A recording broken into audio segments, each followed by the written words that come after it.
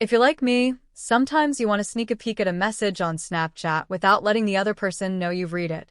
Well, today I'm going to show you a super cool trick called the half swipe, which lets you do just that. It's super easy, so let's get right into it. First things first, open your Snapchat app and tap on the chat icon at the bottom of your screen. This will bring you to your list of friends and their chats. Now, find the friend whose message you're curious about but not quite ready to open. Instead of tapping on the chat and fully opening the message, here's what you're going to do. Place your finger on their Bitmoji, that little avatar next to their name, and gently swipe to the right, and this is important, don't swipe all the way.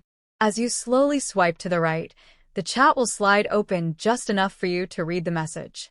The trick is to swipe just far enough to see what they said, but not far enough that it fully opens the chat. If you swipe back to the left without letting go, the chat will close, and Snapchat won't mark the message as read, which means they won't know you've peeked at it. It's like having a sneaky little look without leaving a trace. Perfect, right? Now, a quick tip. Be careful with the swipe.